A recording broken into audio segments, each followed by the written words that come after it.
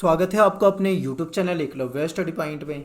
आज की इस वीडियो में मैं आपको बताने वाला हूं कि जो भी स्टूडेंट हैं SOL से या फिर आप हो NC वेब के स्टूडेंट, ठीक है, तो आपके जो असाइनमेंट्स आपको बनाने होंगे उसके बारे में कई सारे क्वेश्चन आ रहे थे। देखिए, SOL की वेबसाइट पे आपको असाइनमेंट जो भी आपके क्वेश्चन होंगे वो प्रोवाइड करा दिए जाएंगे। लेकिन क्या होता है, असाइनमेंट कैसे जमा करना होता है, देखिए जो बच्चे जानते हैं उनके लिए कोई बहुत बड़ी बात नहीं है, लेकिन जो नहीं जानते हैं वो बहुत बारीकी से मैं समझाऊंगा आपको। आप वीडियो को पूरा देखें और अच्छे से समझें। आपको इसी वीडियो में कंप्लीट समझ में आ जाएगा कि आखिर असाइनमेंट होता क्या है और किस प्रकार से उसे बनाना होता है, किन चीज़ों का उस पर ध्यान रखना होता है, और बहुत मतलब अच्छे से आप समझ पाओगे। ठीक है, तो देखिए शुरू करते हैं इस वीडियो को। तो सबसे पहले मैं आपको बता दूं कि आपको SOL ने क्या कहा है इस बार। आप नोटिफिकेशन आपने लास्ट पढ़ा होगा, तो उसमें इसने ये कहा था कि फर्स्ट ईयर और सेकंड ईयर के जो स्टूडेंट हैं उनको हमने क्या कर दिया है, प्रमोट कर दिया है अपने नेक्स्ट क्लास में। ठीक है, नेक्स्ट ईयर में पहुंच जाओगे आप। तो यहाँ पे आपके सामने ये कहा गया था कि जो फर्स्ट ईयर के स्टूडेंट होंगे, जिसमें फर्स्ट सेमेस्टर और सेकंड सेमेस्टर के CBCS वाले स्टूडेंट हैं जिनका तो कोई पेपर ही नहीं हुआ, उनका क्या है 100% जो वेटेज होगा वो असाइनमेंट का ही होगा। लेकिन जो सेकंड ईयर के स्टूडेंट है, जो फर्स्ट ईयर का एग्जाम दे चुके हैं, जिन्होंने पहले कभी एग्जाम दिया है, क्योंकि देखिए CBCS वाले बच्चे जो हैं उन्होंने ना तो पहले सेमेस्टर का पेपर दिया है ना ही दूसरे सेमेस्टर का, तो उनका कोई पहले वाले पेपर का तो कोई सीन है ही नहीं यहाँ पे। लेकिन जो सेकंड ईयर के स्टूडेंट है, जो सेकंड से थर्ड ईयर में चले गए हैं, ठीक है, उनके सामने ये है कि भाई उनके सामने इस तरीके से रखा गया है कि उनको 50% वेटेज जो होगा उनका, वो उनके असाइनमेंट से होगा, और 50% का वेटेज जो होगा उनकी प्रीवियस ईयर परफॉर्मेंस के अकॉर्डिंग होगी। ठीक है, जो भी पिछले साल उन्होंने परफॉर्मेंस जैसा भी करा है सब्जेक्ट में, उसके अकॉर्डिंग उनको मिलेगा। तो ठीक है, तो इन बच्चों ने पेपर दे रखा है इसलिए प्रीवियस ईयर का इनका मिल रहा है। लेकिन आपने नहीं दिया है CBCS वालों ने, तो आपको पूरा 100% आपका सब कुछ असाइनमेंट ही है, इसके अलावा आपके लिए कुछ भी नहीं है। ठीक है, तो ये आपको यहाँ पे समझ में आ गया। अब देखते हैं असाइनमेंट आखिर क्या होता है, कैसे होता है। देखिए, मान लीजिए आपके पास सब्जेक्ट जो है, अब यहाँ पे देखिए पहले तो क्या होता था, ईयरली वाला सिस्टम था, लेकिन जो CBCS सिस्टम आया है इसमें सेमेस्टर में तोड़ दिया है। तो सेमेस्टर में जो फर्स्ट ईयर के स्टूडेंट हैं उनके एक ईयर में 2 सेमेस्टर है। अब मान लो पहले साल में उसके पास 4 सब्जेक्ट थे, दूसरे साल में उसके पास 4 सब्जेक्ट थे, तो टोटल कितने हो गए उसके असाइनमेंट, 8 असाइनमेंट हो गए। यानी कि देखिए यहाँ पे मतलब फर्स्ट सेमेस्टर के चार असाइनमेंट प्लस सेकंड सेमेस्टर के 4 असाइनमेंट, टोटल 8 असाइनमेंट उसको बनाने होंगे। ये हो गया। अब मान लीजिए आपके पास सब्जेक्ट ये हैं, किसी के पास हिंदी होगी, किसी के पास इंग्लिश होगी, किसी के पास पॉलिटिकल, हिस्ट्री, EVS, इकोनॉमिक्स, या फिर इन सब्जेक्ट के अलावा कोई भी अन्य सब्जेक्ट, चाहे वो एजुकेशन हो, चाहे वो कोई भी सब्जेक्ट हो, आपके पास कोई भी सब्जेक्ट हो सकता है। ठीक है, उससे कोई फर्क नहीं पड़ता। आपके पास जो सब्जेक्ट है आपको उसी सब्जेक्ट का ही असाइनमेंट बनाना है। इसके अलावा आपको किसी दूसरे सब्जेक्ट का असाइनमेंट नहीं बनाना होता है जो आपके पास सब्जेक्ट होते हैं। ठीक है, जैसे कि मैं आपको एग्जाम्पल के लिए बता दूं कि मान लीजिए फर्स्ट ईयर में आपके पास हिंदी है, तो आप हिंदी का असाइनमेंट बनाओगे फर्स्ट ईयर के फर्स्ट सेमेस्टर में। आप हिंदी का बनाओगे, इंग्लिश का बनाओगे, पॉलिटिकल का बनाओगे। मान लो आपके पास ये 4 सब्जेक्ट हैं फर्स्ट सेमेस्टर में, तो आप इन 4 का बनाओगे। मान लो सेकंड सेमेस्टर में आपके पास दोबारा से हिंदी है पर आपके पास इंग्लिश नहीं है, इस बार आपके पास पॉलिटिकल है, हिस्ट्री है, और आपके पास मान लो EVS है या कोई और सब्जेक्ट है, तो आप जो भी आपके पास सब्जेक्ट होंगे आप उसी सब्जेक्ट का क्या बनाओगे, अपना असाइनमेंट बनाओगे। ठीक है, ये मैं एक उदाहरण के लिए दे रहा हूँ। अब आप कोई कमेंट में ये मत कहना कि मेरे पास वो सब्जेक्ट है, मेरे पास वो सब्जेक्ट है। मैं आपको केवल समझाने के लिए बता रहा हूँ। आपके पास जो भी सब्जेक्ट है उसे अदर में डालिए और यहाँ से समझ लीजिए। ठीक है, अब बात कर लेते हैं। देखिए यहाँ पे ये भी कहा गया है कि आपके सेमेस्टर और सेमेस्टर के अलग अलग असाइनमेंट बनेंगे। यानी फर्स्ट सेमेस्टर में मान लो आपके पास 4 सब्जेक्ट थे, तो उन 4 सब्जेक्ट के आपको असाइनमेंट बना देने हैं। ठीक है, और सेकंड सेमेस्टर में आपके पास फिर से 4 सब्जेक्ट हैं, तो आपको उन चारों सब्जेक्ट के असाइनमेंट अलग से बना देने हैं।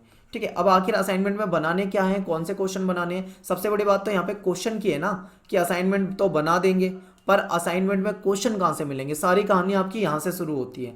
तो देखिए क्वेश्चन जो होंगे, जो भी SOL के स्टूडेंट हैं या जो NC वेब के स्टूडेंट हैं, उनको जो क्वेश्चन प्रोवाइड कराए जाएंगे वो आपको आपके SOL वालों को SOL की तरफ से प्रोवाइड कराए जाएंगे, NC वेब वालों स्टूडेंट को NC वेब की तरफ से क्वेश्चन प्रोवाइड कराए जाएंगे। ठीक है, आपको वो क्वेश्चन प्रोवाइड कराएंगे उनकी वेबसाइट के जरिए। जब आपको क्वेश्चन मिल जाएंगे आपके पास, मान लो जो जो मतलब सभी सब्जेक्ट के क्वेश्चन डाल देंगे वो, उसमें से आपको वो सब्जेक्ट के क्वेश्चन डाउनलोड करने हैं, वो सब्जेक्ट के क्वेश्चन ले लेने हैं जो आपके पास है। अब यहाँ पे मैं आपको समझा दूँ, मान लो आपके पास हिंदी है, इंग्लिश है, पॉलिटिकल है, हिस्ट्री है, तो आपको यही सब्जेक्ट के असाइनमेंट बनाने हैं। आप और किसी सब्जेक्ट के मत बनाने लग जाना जो आपके पास सब्जेक्ट ही ना हो। तो ये तो आप क्लियर है, ये बहुत छोटी छोटी बातें आप समझते ही हैं इस चीज़ को। सेम ऐसे ही एनसी वेब के लिए होगा। अब आपको क्या होगा, क्वेश्चन किस प्रकार से प्रोवाइड कराए जाते हैं। देखिए आपने कभी भी कोई असाइनमेंट नहीं दिया होगा, क्योंकि एसओएल में और एनसी वेब में असाइनमेंट नहीं मांगे जाते थे। रेगुलर वाले बच्चे जो होते हैं उनके तो असाइनमेंट होते हैं। तो मैं आपको एक एग्जांपल के लिए मैं आपको ना इग्नू का असाइनमेंट दिखाता हूँ, केवल एग्जांपल के लिए। आप समझ जाओगे थोड़ा थोड़ा, आपको काफ़ी मतलब अंदाजा हो जाएगा। एक बार ध्यान से आप अपनी स्क्रीन पर देखिए, मैं चलता हूँ इग्नू की वेबसाइट पर। देखिए मैंने ये एक असाइनमेंट डाउनलोड कर रखा है, ये इग्नू का असाइनमेंट है, ठीक है। ऐसे ही आपके में असाइनमेंट इसी तरीके थोड़ा बहुत मतलब अलग होगा सिस्टम, पर आप इसको देख के ये समझ जाओगे कि आखिर क्या होता है। जैसे मान लो ये एक सब्जेक्ट है इग्नू का, जिसका नाम है भारत का इतिहास, ठीक है। इसमें 300 ईस्वी पूर्व से आगे तक की कहानी, आरंभिक काल से 300 ईस्वी तक की। तो ये असाइनमेंट है। अब इसमें देखिए क्या है, इनका असाइनमेंट जो है 3 सेक्शन में बांट रखा है। मान लो आपके पास पॉलिटिकल सब्जेक्ट, मान लो ये आपका हिस्ट्री सब्जेक्ट है, तो आपके में भी कुछ इसी प्रकार से हो सकता है, ठीक है। ए सेक्शन, बी सेक्शन और सी सेक्शन। मैं आपको केवल उदाहरण के लिए बता रहा हूँ, लेकिन आपका एसओएल में और इग्नू में मार्किंग का बहुत फर्क होता है। तो आप केवल उदाहरण के लिए इसको देखेंगे और समझेंगे, ठीक है। आप इसको ये मान के ना चलें कि ऐसा आपका भी आएगा, बस आपको समझाने के लिए। जो बच्चे बार बार कंफ्यूज हो रहे थे उनके लिए देखिए यहाँ पे क्या किया गया है। सेक्शन ए में कहा गया है कि निम्नलिखित में से किन्हीं 2 प्रश्नों के उत्तर लगभग 500 शब्दों में दो। अब यहाँ पे कितने 4 क्वेश्चन है। अब 4 में से कोई भी 2 क्वेश्चन इनको करने हैं। मान लो आपने पहला क्वेश्चन कर लिया, या आपको लगा हड़प्पा वाला क्वेश्चन बहुत आसान है तो आपने हड़प्पा वाला कर लिया। आपने 2 क्वेश्चन यहाँ से कर दिया और 500 वर्ड में, यहाँ पे वर्ड लिमिट दी हुई है, आपने यहाँ से 2 कर दिए, ठीक है। आगे चलते हैं, सेक्शन बी में क्या कह रहे हैं कि कोई 4 प्रश्न करने हैं, लेकिन शब्दों की संख्या जो है वो केवल 250 है। 250 शब्द पता है कितने होते हैं, केवल 2.5 पेज, कुछ भी नहीं है 250। तो आप 4 क्वेश्चन, यहाँ पे देखिए आपके पास इतने सारे क्वेश्चन दे रखे हैं, आप इनमें से कोई भी 4 क्वेश्चन जो आपको अच्छे लगे आप अपनी बुक में से आंसर ढूंढ के कर सकते हैं, ठीक है। अब सेक्शन सी पे आ जाते हैं। सेक्शन सी भी है इसका। सेक्शन सी में कह रहे हैं कि कोई 2 के उत्तर दो, लेकिन केवल 100 वर्ड, यानी एक ही पेज का आंसर देना आपको। और यहाँ पे आपने मान लो मौर्य वाला आपने चुन लिया, या फिर ये कौशल वाला चुन लिया, ये 2 आपने कर दिए। तो देखिए यहाँ पे और आपके में फर्क क्या है। इनके में देखिए यहाँ पे 6 नंबर का क्वेश्चन है, यहाँ पे 12 नंबर का क्वेश्चन है, और ऊपर वाला जो क्वेश्चन है वो 20 नंबर का है। इग्नू में केवल यही अंतर है, जबकि आपके में ऐसा नहीं होगा, ठीक है। तो आपने वहाँ पे देख लिया कि किस प्रकार से वहाँ पे खूब सारे क्वेश्चन दिए हुए हैं और उसमें से ऑप्शन दिए हुए हैं। तो हो सकता है कि आपको भी जो क्वेश्चन मिलेंगे आपको बिल्कुल वैसा ही क्वेश्चन दे दें जैसा कि आपका क्वेश्चन पेपर आता है। आपको 10 क्वेश्चन दे दें और 10 में से बोल दें कि भाई आपको केवल 5 क्वेश्चन करने हैं इसमें से, और एक क्वेश्चन जो होगा वो 20 मार्क्स का होगा।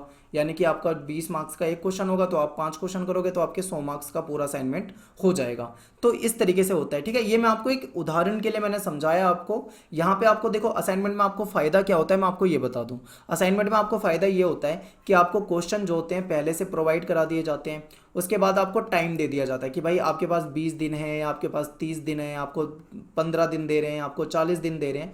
आपको एक फिक्स टाइम दे दिया जाएगा और फिक्स क्वेश्चन दे दिए जाएंगे। आपको कह देंगे कि भाई आप इतने दिन में हमको असाइनमेंट बनाकर दे दो। फिर आप क्या करोगे, आपके पास मान लो 5 क्वेश्चन आपने सिलेक्ट कर लिए कि भाई मुझे 10 क्वेश्चन मिले थे, उसमें से मुझे 5 ये क्वेश्चन करने हैं। अब उन क्वेश्चनों के आंसर अब आप ढूंढने के लिए फ्री हो, बिल्कुल आप बिल्कुल आराम से उसके आंसर ढूंढ सकते हो। आप चाहो तो आप अपने एसओएल की बुक में से उसके आंसर ढूंढो, ठीक है। आप चाहो तो उसका आंसर गूगल पे ढूंढ सकते हो। आप चाहो तो कोई राइटर की अगर आपके पास किताब हो तो आप उसमें ढूंढ सकते हो। आप चाहो तो किसी दोस्त के कोई या किसी टीचर के आपको नोट्स मिले हों तो आप उसे कर सकते हो। आप कोई भी सोर्स इस्तेमाल कर सकते हो उन क्वेश्चन के आंसर को करने के लिए। और आपको देखिए इग्नू वगैरह में आपको वर्ड लिमिट दे दी जाती है कि भाई 500 वर्ड में लिखो, 200 वर्ड में लिखो, 100 वर्ड में लिखो।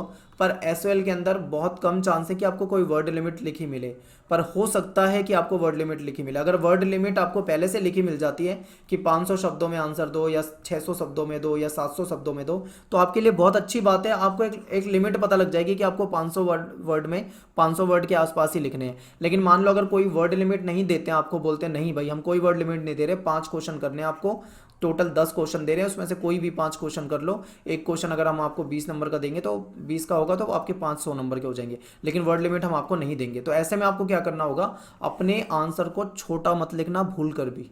क्योंकि देखो आपका 100% इवेल्यूशन जो होगा वो असाइनमेंट के बेस पे होगा। तो आप कहीं 2-2 पेज के आंसर लिख दो, ठीक है, तो ऐसे में आपको नुकसान होगा। आप अगर कोई वर्ड लिमिट नहीं आती तो आप कम से कम भी आप अपने आंसर को 6-7-8 पेज का लिखना है आपको, ठीक है, कम से कम 6-7-8 पेज, अगर कोई वर्ड लिमिट नहीं आती। लेकिन अगर मान लो कह देते हैं 500 वर्ड में आए, तो फिर तो आपको कोई दिक्कत ही नहीं, 500 वर्ड आप 5 पेज में आराम से लिख दोगे, ठीक है। यहाँ पे आपको समझ में आ गया। अब देखो असाइनमेंट जो है, आप जितना बेहतर असाइनमेंट बनाओगे आपकी जो ग्रेड कार्ड बनेगा वो उसी के अकॉर्डिंग बनेगा। यानी अब आपका यही समझ लो, आपका यही पेपर है। यानी अब आप वहाँ पे जाके एग्जाम नहीं दे रहे हो, आप असाइनमेंट के अकॉर्डिंग ही आपका असाइनमेंट को आप एग्जाम समझ लो कि आपका यही एग्जाम है, आपको बहुत बेहतर करना है। अब असाइनमेंट को बहुत बेहतर कैसे बनाया जाता है, तो मैं आपको बता दूं, जितनी भी यूनिवर्सिटी जो भी एग्जाम असाइनमेंट लेती है, चाहे वो इग्नू हो या इसके अलावा कोई मतलब इग्नू के अलावा कोई कॉलेज वगैरह में कहीं पे भी असाइनमेंट होते हैं, तो वहाँ पे कुछ चीज़ें होती हैं जो आपको बतानी होती हैं और आपको असाइनमेंट बनाते वक्त ध्यान में रखनी होती है। वो आपको कोई बताएगा नहीं, मैं आपको बताता हूँ कि क्या क्या चीज़ें होती हैं। वहाँ पे एक चीज़ क्लियर लिखा होता है कि आपको बुक वाली लैंग्वेज नहीं टेप नहीं, कहीं आप कोई बुक में से बना रहे हो, आप सीधा बुक की लैंग्वेज को टेप दो। अगर आप टेप दोगे तो भाई ऐसे ना टीचर को पता लग जाता है कि आपने पूरा पूरा कॉपी पेस्ट कर दिया कहीं से, ठीक है। आपको क्या करना है, बुक में से क्वेश्चन को पढ़ना है, उसको समझना है और उसकी लैंग्वेज को चेंज करके आसान लैंग्वेज बना के अपने शब्दों में लिख देना है। दूसरा क्या होगा, आपको कटिंग नहीं करनी होती कि आप बार बार उसे कटिंग कटिंग करो, क्योंकि उससे आपका इंप्रेशन खराब होता है। आपके असाइनमेंट जब चेक होते हैं तो उसमें मतलब आपको मार्क्स अच्छे नहीं मिलते असाइनमेंट में, ठीक है। तीसरा क्या होता है कि जब आप असाइनमेंट बनाते हो तो उसमें आपको अंडरलाइन वगैरह करना होता है। बिल्कुल मतलब आप उसे एकदम पेपर की तरह करके आओ कि आपने अच्छे से अंडरलाइन करो। आप मेन पॉइंट को हाईलाइट भी कर सकते हो, ठीक है। इसके अलावा क्या है, आप डेफिनेशन वगैरह लिख सकते हो, परिभाषा वगैरह, ठीक है। आप बहुत अच्छे अच्छे पॉइंट आप ढूंढ के लिख सकते हो, कहीं से एक्सप्लेन अच्छे से कर सकते हो। मतलब जितना आप बेहतर बना सकते हो अपने क्वेश्चन के आंसर को, जितना आपने आज तक सीखा है, वो सारी की सारी मेहनत आपको अपने असाइनमेंट में करनी होगी। क्योंकि देखिए आप एसओएल के अंदर हो, आपको पहले नहीं मिलता है, लेकिन अगर आप इग्नू में होते तो आपने कभी असाइनमेंट बनाया होता तो आपको इस बारे में बहुत जानकारी होती। क्योंकि इग्नू में जितना अच्छा असाइनमेंट बनाते हैं ना, जितनी मेहनत से बच्चे असाइनमेंट बनाते हैं उसको उतने ही अच्छे मार्क्स मिलते हैं। और जो बिल्कुल टेम्परेरी असाइनमेंट बना देते हैं, काम चलाऊ बना देते हैं, फिर उनको मार्क्स भी काम चलाऊ मिलते हैं। अब मैं आपको एक एग्जांपल दे देता हूँ इग्नू का, क्योंकि मैंने इग्नू से एमए की थी तो मैंने इग्नू के असाइनमेंट बनाए थे। तो वहाँ पे क्या है, इग्नू का जैसे 100 मार्क्स में से अगर मान लो 100 मार्क्स का असाइनमेंट आपको दे रहे हैं, तो उसमें से अगर आप अच्छा असाइनमेंट बना रहे हो तो 90+ भी मिल जाते हैं, यहाँ तक कि 95 भी मिल जाते हैं। और जो बहुत तगड़े टॉपर हैं उनको 99 भी मिल जाते हैं, ठीक है। और जो मतलब एवरेज बनाते हैं, एवरेज उनको 80 से 85 नंबर मिल जाते हैं। और जो बहुत ही बेकार असाइनमेंट बनाते हैं वो फेल भी कर दिए जाते हैं असाइनमेंट में, ठीक है। जो बहुत घटिया बना रहे हैं, बहुत अच्छा नहीं लिख रहे, फेल। और जिसको कम मार्क्स मिलते हैं वो उसको 60 मार्क्स भी मिलते हैं। 60 मार्क्स मतलब बहुत कम मार्क्स होते हैं। ये मैं आपको एग्जांपल इग्नू का दे रहा हूँ जहाँ पे असाइनमेंट लिए जाते हैं। तो इसी से थोड़ी सी आप मतलब समझिए कि क्या क्या हो सकता है असाइनमेंट में। आपको क्वेश्चन पहले से प्रोवाइड कराए जाएंगे, आपको क्वेश्चन को देखना है। उसमें से मान लो अगर आपको ऑप्शन मिलते हैं कि 10 में से आप केवल 5 करो, अगर मान लो आपको यही बोलते हैं कि 5 ही क्वेश्चन देते हैं और बोलते हैं पांचों क्वेश्चन अनिवार्य हैं, फिर तो आपके पास कोई ऑप्शन नहीं, आपको मजबूरी है, आपको वही 5 क्वेश्चन करने हैं। लेकिन मान लो अगर आपको 10 क्वेश्चन मिलते हैं और बोलते हैं कि कोई 5 क्वेश्चन करो, तो आपके पास ऑप्शन मिल जाते हैं कि भाई आप अपनी मर्जी से 5 क्वेश्चन वहाँ पे सिलेक्ट कर सकते हो। फिर उसके बाद मैंने आपको जो तरीके बताए आप उसको अपनाएं, बेहतर लिखें, मतलब हेडिंग वगैरह अंडरलाइन करें, डार्क पेन से लिख सकते हैं, एक्सप्लेनेशन अच्छा लिख सकते हैं। अब मान लीजिए आपने असाइनमेंट बना लिए, ठीक है। असाइनमेंट आप क्या करें, आपने पेज खरीद लिया बाहर जाके, आपने बहुत अच्छे तरीके से असाइनमेंट बना दिया, क्वेश्चन लिख दिया, क्वेश्चन नंबर लिख दिया, ये सब कुछ आपने लिख दिया, सब कुछ हो गया। फिर असाइनमेंट सबमिट कैसे करने हैं, तो सबमिट का अभी आपका जो भी एसओएल का गाइडलाइंस आएगी उसका अकॉर्डिंग करने हैं, ठीक है। जहाँ तक मुझे लग रहा है, मैं अपनी राय दे रहा हूँ, हो सकता है वो चेंज भी हो। ऐसा हो सकता है कि आपसे ये बोलें कि आप अपने असाइनमेंट की पीडीएफ बना लो फोटो खींच के, और पीडीएफ को वेबसाइट पे जाके वो आपको लिंक वगैरह दे देंगे, वहाँ पे या तो आप अपलोड कर दो या फिर आपसे मेल पे भी मांगे जा सकते हैं कि आप मेल कर दो, या आपसे हो सकते हैं कि आपसे बोले पीडीएफ नहीं, आप जेपीजी फॉर्मेट में ही कर दो, ठीक है।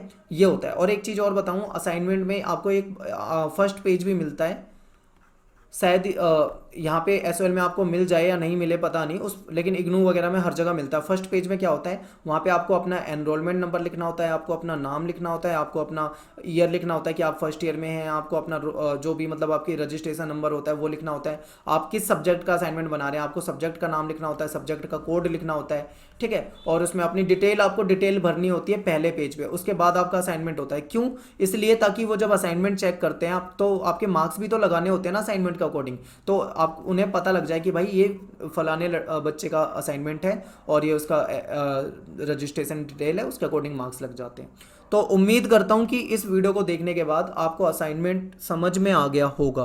ठीक है, ये मैंने आपको बिल्कुल असाइनमेंट वैसा बताया है जैसा कि अदर यूनिवर्सिटी में लिया जाता है असाइनमेंट। सारे क्वेश्चन जो होंगे आपके सिलेबस के अंदर से होंगे, आपकी बुक में आपको सारे आंसर आराम से मिल जाएंगे, बिल्कुल भी घबराने की जरूरत नहीं है। ऐसा क्वेश्चन नहीं होगा उसमें कि आपको मिलेगा ही नहीं कहीं, आपको किताब में मिल जाएंगे आपके क्वेश्चन, और सिलेबस से होंगे तो जाहिर सी बात है किताब में मिल जाएंगे, आप आराम से कर सकते हो। एक्स्ट्रा सोर्स भी आपको बहुत सारे मिल जाएंगे, आप गूगल वगैरह पे सर्च कर पाओगे। जब भी आपके असाइनमेंट आ जाएंगे तो आपको बिल्कुल भी दिक्कत नहीं आएगी असाइनमेंट के मामले में। तो ये समझ लो कि आपको पेपर के मुकाबले ज़्यादा आसान है असाइनमेंट।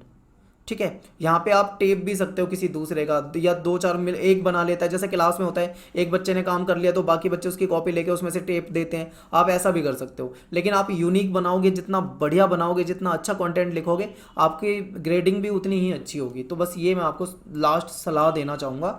और अभी भी अगर आपका कोई क्वेश्चन रह गया तो आप कमेंट करें, कोशिश करता हूँ आपको आपके कमेंट का रिप्लाई कर पाऊँ।